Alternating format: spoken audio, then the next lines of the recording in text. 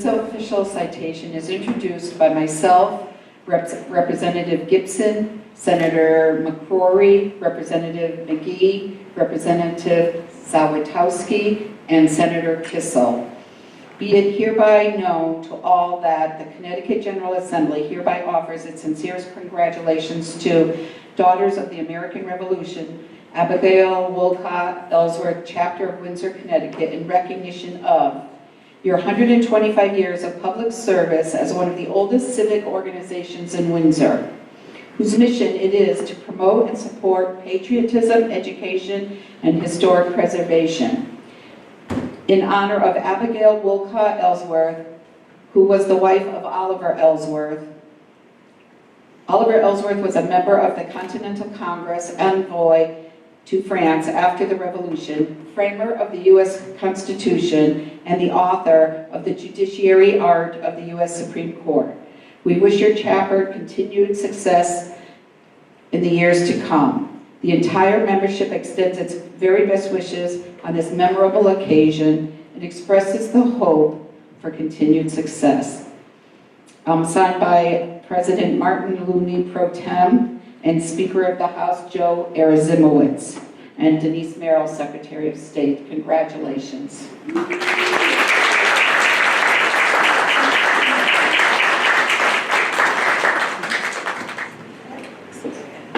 So this is a little ad hoc here, but we want to thank all of the descendants of the original charter members. We really appreciate it.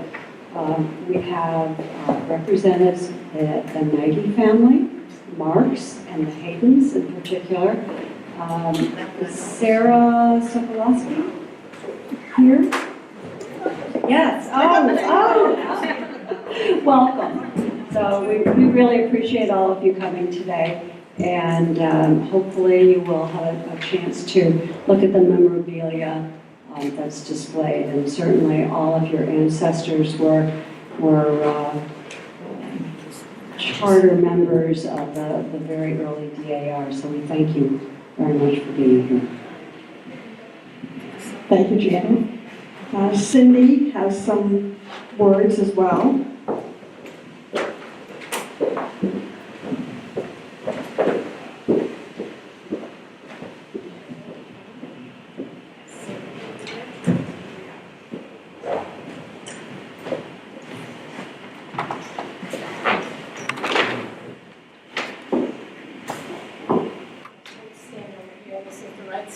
Cameras.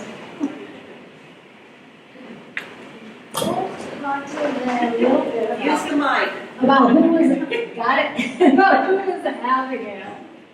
Our chapter bears the name of Abigail Wolcott Ellsworth, but what do we really know about Abigail, and why do we have her name? Everybody knows that Abigail is the wife of, or was the wife of Oliver Ellsworth. But we don't know much about her because we've had so much written about Oliver, so much research done about him, but very little about Abigail. So I started doing some research, and I want to share a few things with you that I found out about Abigail. Of course, we know the vital statistics. We know when she was born. That was 1755. She married Oliver in 1772. And she died in 1818 and is buried here in Windsor in the Palisado Cemetery. So we do know the vital statistics, but that still doesn't tell us much about her life in Windsor. So I thought I would start doing some research by going back to her family genealogy. And I took a look at the Wolcott family. And Abigail is the 5th generation of the Wolcott family here in Windsor. She is a descendant of Henry Wolcott, who came from England to Boston, and by 1635, he was here among the early settlers of Windsor. And Henry came from a fairly well-to-do family in England. He owned a lot of property. He was known as a country squire, and he was among the landed gentry. His son, the next generation, his son Simon, also came here to Windsor with him. And Simon inherited a lot of land from his father on the east side of the river, which we now know as South Windsor. At the time, it was all considered part of Windsor. He had 200 acres, and his was the largest estate listed on the Windsor town list. He served in the Simsbury militia for a while when he lived in Simsbury, and then he came back to Windsor and spent the rest of his years here in town. The next generation are the sons William and Roger became a Connecticut governor. After that, we have another son who was the Honorable William Wolcott. He was a graduate of Yale, and he represented Windsor in the General Assembly, and he was chairman of the town committees. And it was this Honorable William who was Abigail's father. And he had, as the quote is, dedicated himself to the service of God and mankind. So her father was a lawyer, her brother was a doctor, and another brother was also a lawyer and a major in the militia. So Abigail's ancestors were certainly well educated, they were well off, they were involved in political offices and public service. So I like to think that as Abigail was growing up, she probably heard many stories about her ancestors and all their accomplishments and contributions to the colony, as well as their concern for the well-being of others. And this must have influenced Abigail throughout her entire life. So in 1772, Abigail marries Oliver Ellsworth, and they have 9 children. They were all born between the years of 1774 to 1791. That was when the twins were born, the last 2 children born to Abigail and Oliver. So during the years when the children were small, Oliver was a young lawyer, just starting his career, and he was admitted to the bar of Hartford County in 1771, and he was a delegate to the Continental Congress in 1777. So here's a quote about Abigail and their early life. They lived on a small farm. And this quote is from chapter sketches from the Connecticut Daughters of the American Revolution. It says, his young wife cheerfully aided him while getting a start in the world. Milking the cows was not beneath the dignity of a woman and was even considered a part of her work.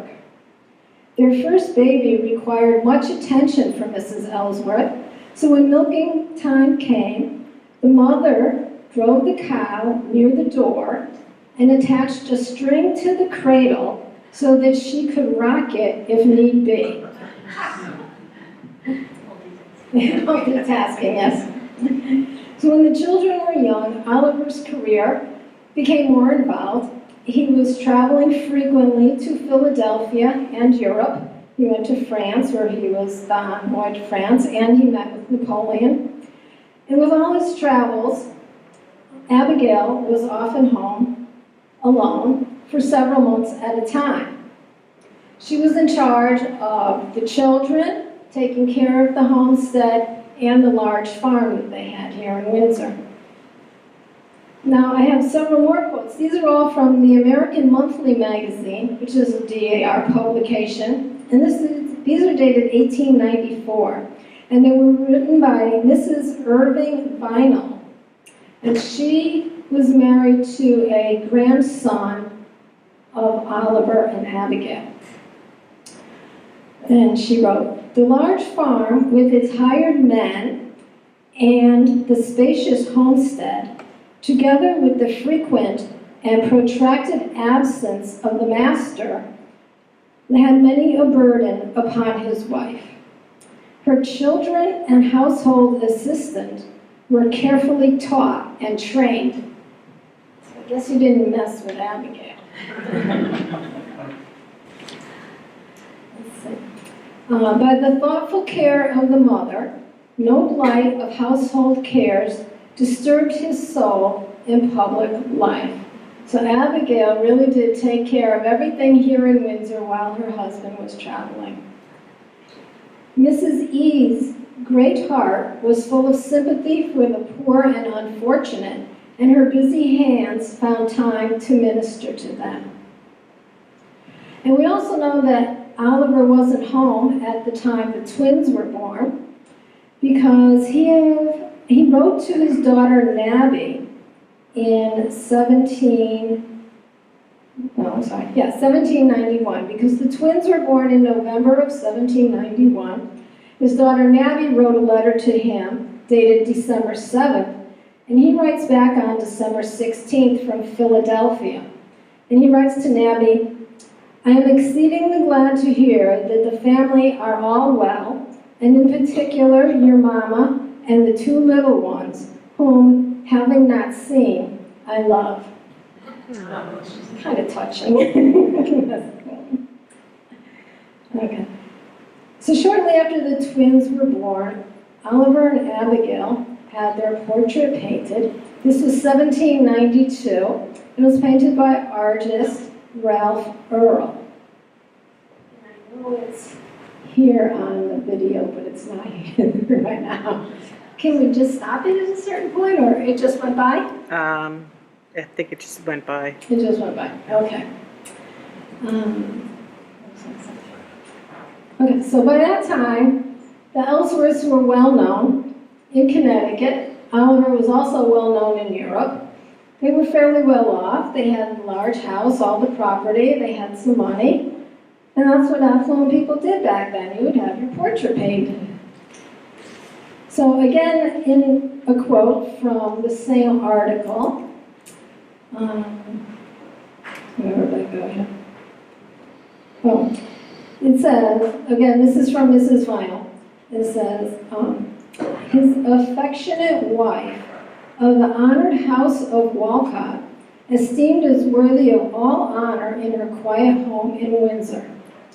She it was who ministered to his punctilious toilet by providing the dainty ruffled shirts, the polished knee buckles, shapely silk stockings, and tying his queue with a neat black bow. So you can see that Abigail took care of Oliver. He was very particular about his appearance. And a comment about Abigail's clothing. I've got too many papers here. Okay.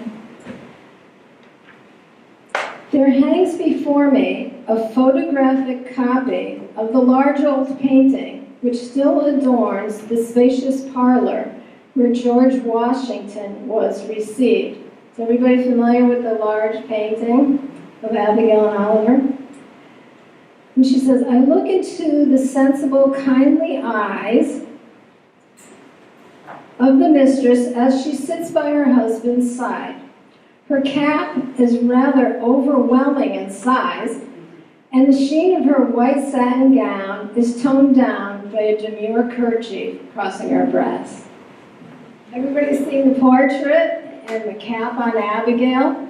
Yes, that's it right there. And the cap is rather overwhelming in size. I noticed that.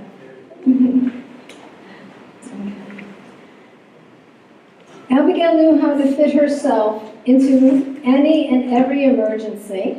And here's another story. Among her descendants, the following story is told. When General Washington was making a tour of New England in 1795, he sent one of his aides in advance from Hartford to ask his old friend, Judge Ellsworth, when it would be convenient for him to visit. Mrs. Ellsworth was busy at the time. She was in the kitchen, and she herself answered the summons to the door. Without making herself known, she took the message to Mr. Ellsworth and returned with his reply. Tradition has it that it was a breakfast visit where she presided in dress suited to the occasion, and the young officer never suspected that the gracious hostess and the maid who opened the door to him were one and the same. The same young gentleman, I think it was, who politely requested another cup of the excellent coffee, although to her inward mortification, with that fatality which is apt to attend such special occasions, it was that morning, as she well knew, a lamentable failure. So I guess something happened to the coffee. Okay.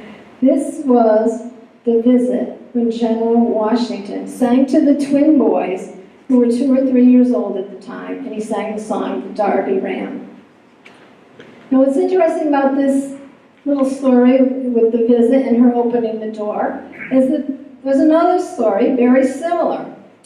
A gentleman from Pennsylvania, a friend of her husband's, called one day to pay his respects to Mr. and Mrs. Ellsworth. She was carding wool at the time and went to the door in her working dress. When the gentleman asked if Mrs. Ellsworth was at home, she replied in the affirmative and added that Mrs. Ellsworth was very busy this morning and would be pleased to see him in the afternoon. When he returned in the afternoon, Mrs. Ellsworth received him in a becoming gown with powdered hair and a fancy cap.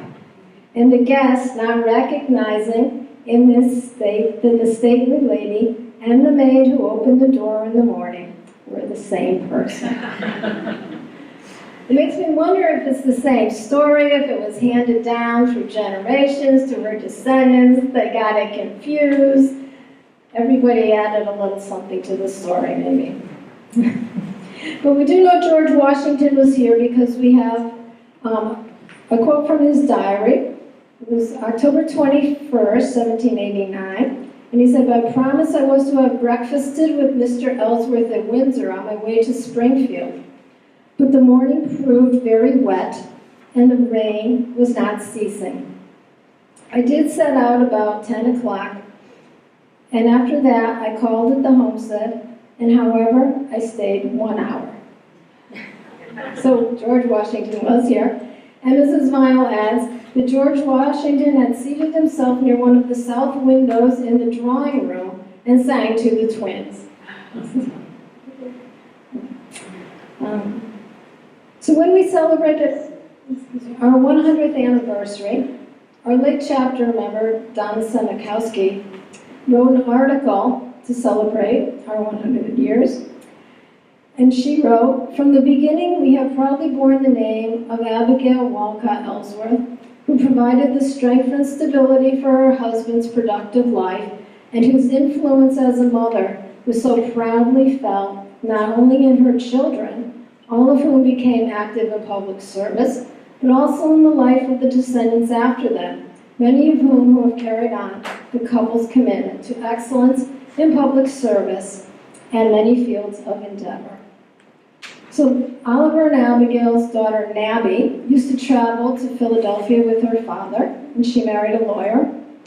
Their son, Oliver, traveled to France as secretary with his father, and he graduated from Yale. Martin was also a Yale graduate. Their son, William, became governor of Connecticut, and their son, Harry, was also a Yale graduate. So you can see what they have passed on to their children, public service and the well-being of others.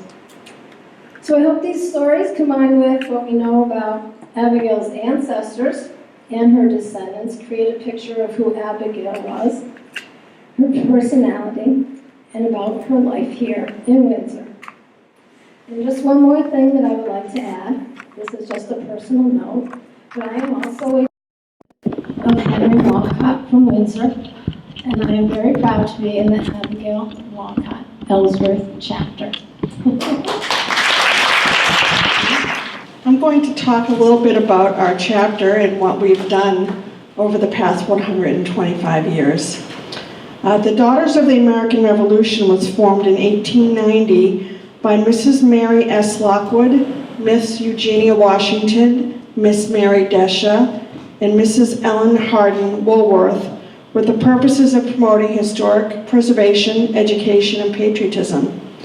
Now think about it, 1890. At the time, the main mode of transportation for short distances was horse and carriage, and for long distance, train, if available.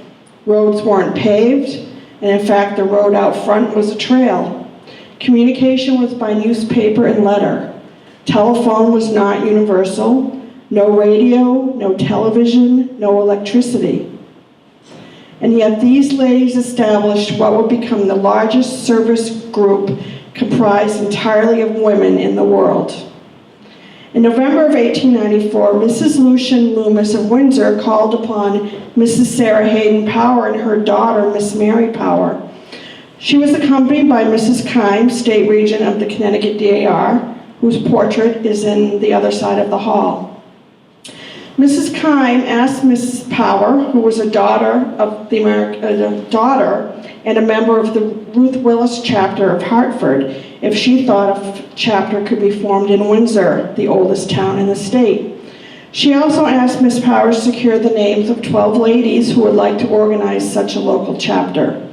Several gatherings of women interested were held at Miss Power's home before the required number was secured. Some of their descendants are here today.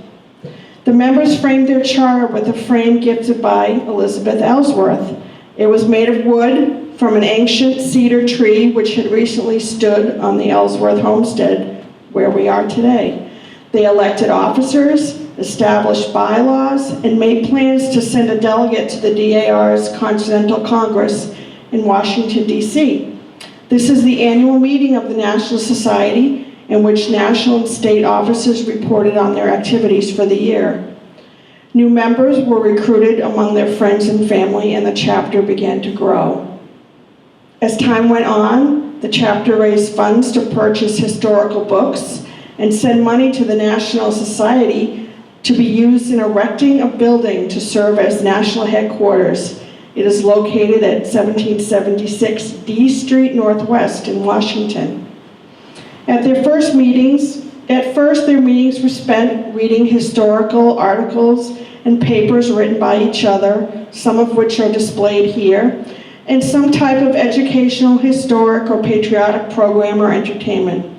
Before long, the chapter marked its very first historical site. A stone was placed on the island, a place of elevated land in Windsor at the mouth of the Farmington River as it flows into the Connecticut River. So called because spring floods would cut the land off from the rest of the town, effectively creating an island. Loomis Chaffee School is there now. A boulder was placed marking the spot of the landing of the first settlers from Plymouth, Massachusetts. This was a special event and marked with great fanfare and marked the first effort of the chapter in historic preservation. In 1903, the last living descendant of Oliver and Abigail Ellsworth, who chose to live here, passed away. The state regent at the time, Mrs. Sarah T. Kinney, whose portrait is above me on the wall, convinced the rest of the heirs of the Chief Justice to pass title over to the Connecticut daughters. This was a memorable day in Windsor, though President Theodore Roosevelt and Chief Justice David Torrance, Senator George Hoare, President Arthur F. Hadley of Yale University, and others sent regrets. The event was attended by Governor Chamberlain, Judge Henry E. Tainter, and the First Company Governor's Foot Guard. Most importantly, 116 descendants of the Ellsworths were here, and each signed a book bound in linen that was found in the house, along with the lineage from the illustrious couple. Ever since, the members of the Abigail Wolcott Ellsworth chapter have been heavily involved with the museum, volunteering as docents, serving on the board of directors, and working on other projects. In 1989, the Connecticut Society undertook a major restoration of the Oliver Ellsworth house. Chapter member Marianne Curry Farino worked tirelessly managing this effort. The chapter then started to establish a relationship with the teachers of Windsor schools, sending framed pictures of Chief Justice Ellsworth to each school.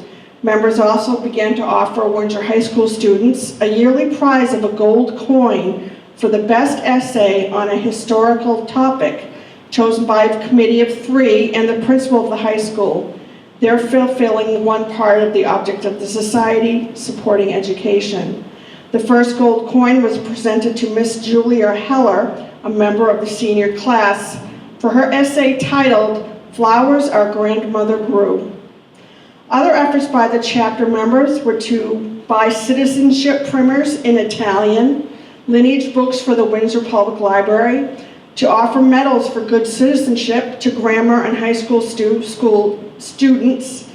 to donate funds and used clothing to DAR-approved schools such as Hillside School in Marlborough, Massachusetts, Kate Duncan Smith School in Grant, Alabama, to Massey School in South Carolina, Hindman Settlement School in Kentucky, Crossnor School in North Carolina, and American International College in Springfield, Massachusetts. This last one was to fund classes in citizenship and government. Later, the chapter spearheaded successful efforts to name a new school erected on Kennedy Road after Chief Justice Oliver Ellsworth. Supporting our soldiers has also been of great interest to chapter members, particularly during times of war.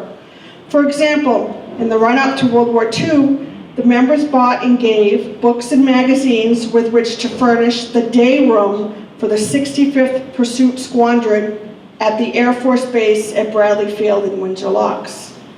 When the U.S. eventually entered the war, the chapter gathered at the train station to cheerily send off the draftees to their training camps with cigarettes, candy, coffee and donuts, and buddy bags containing such items as razors, toothpaste, playing cards, and other items to give to the departing inductees.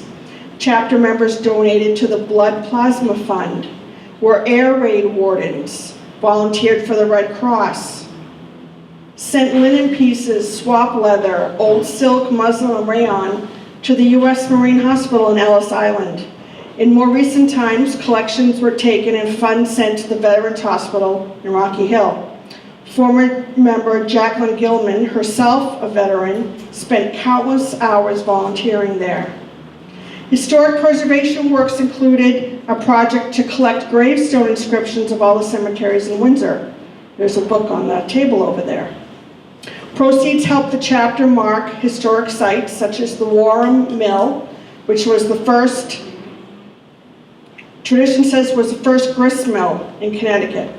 Bissell's Ferry on Palisado Avenue, which offered crossings of the Connecticut River from 1633 to 1914.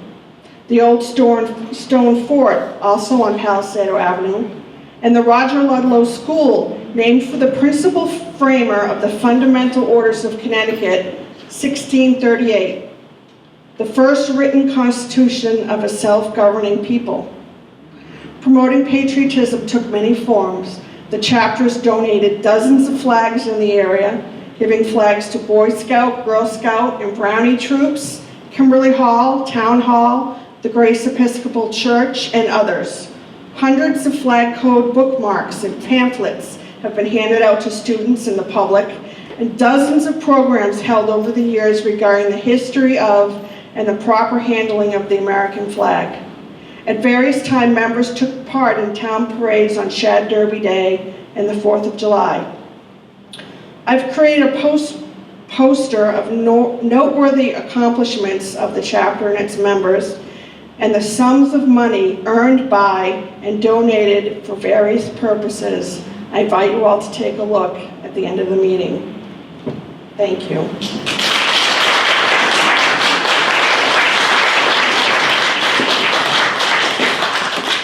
Now I would like to invite State Regent Christy Hendry, who's going to tell you about the current projects of the Daughters of the American Revolution in Connecticut. Hello, everyone. I'm very excited to be here. I did not expect this. Isn't it amazing? Well, let's see.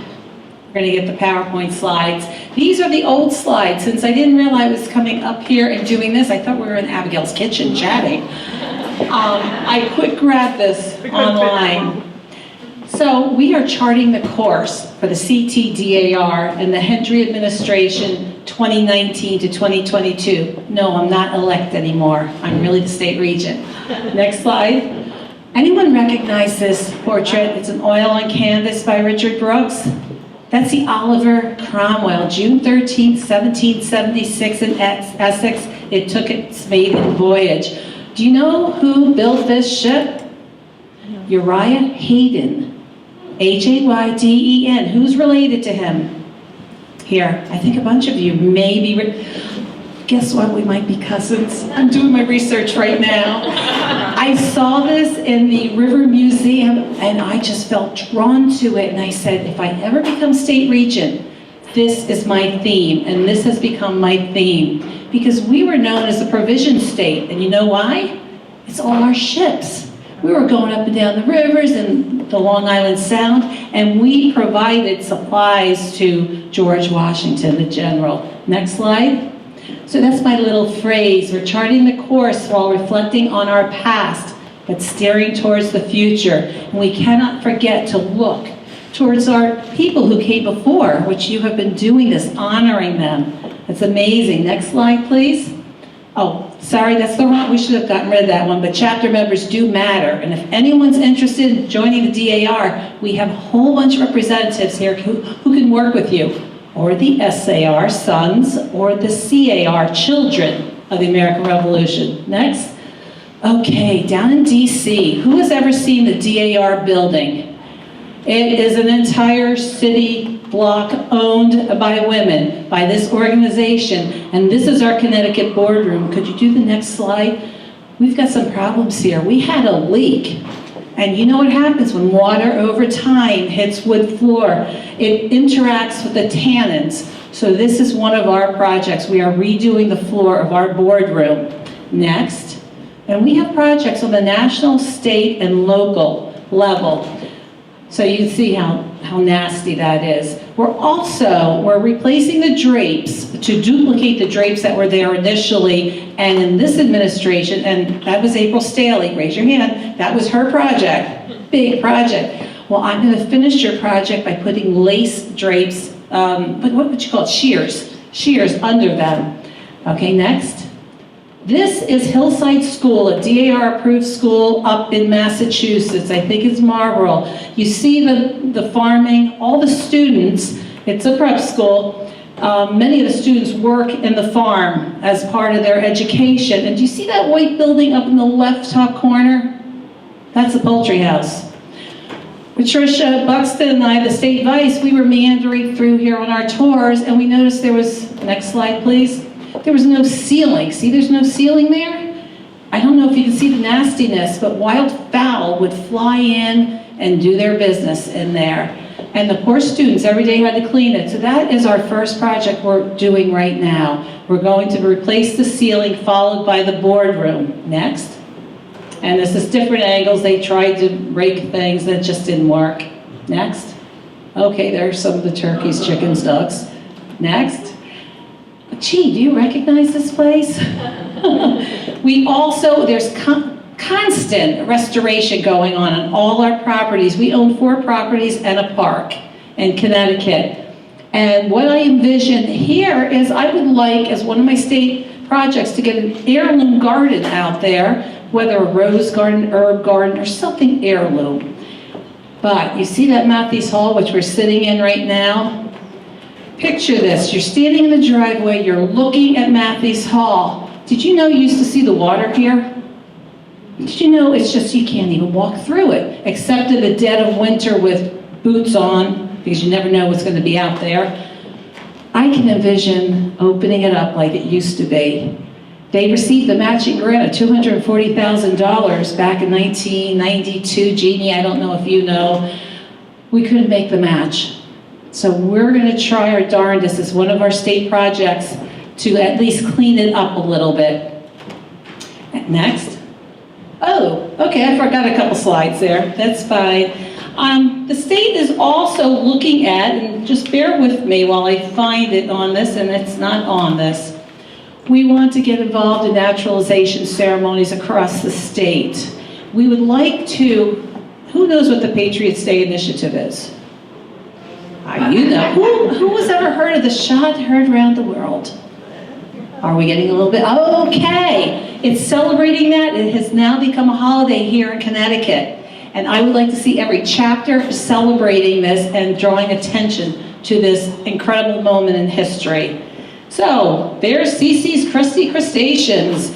We're also looking at the Long Island Sound and conservation, because you see those little red lobsters?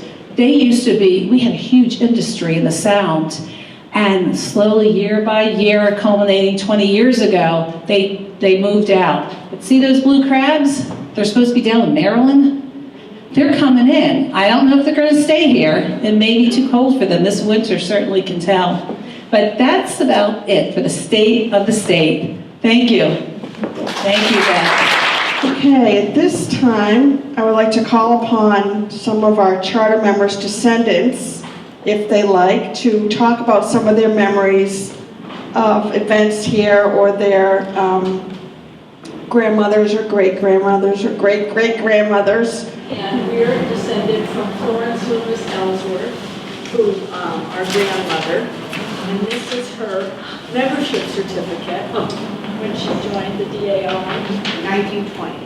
April 17th, 1920, this was her certificate. And my son John found it in our collection of family things and suggested we should bring it along today. So I said if there was show and tell, we would.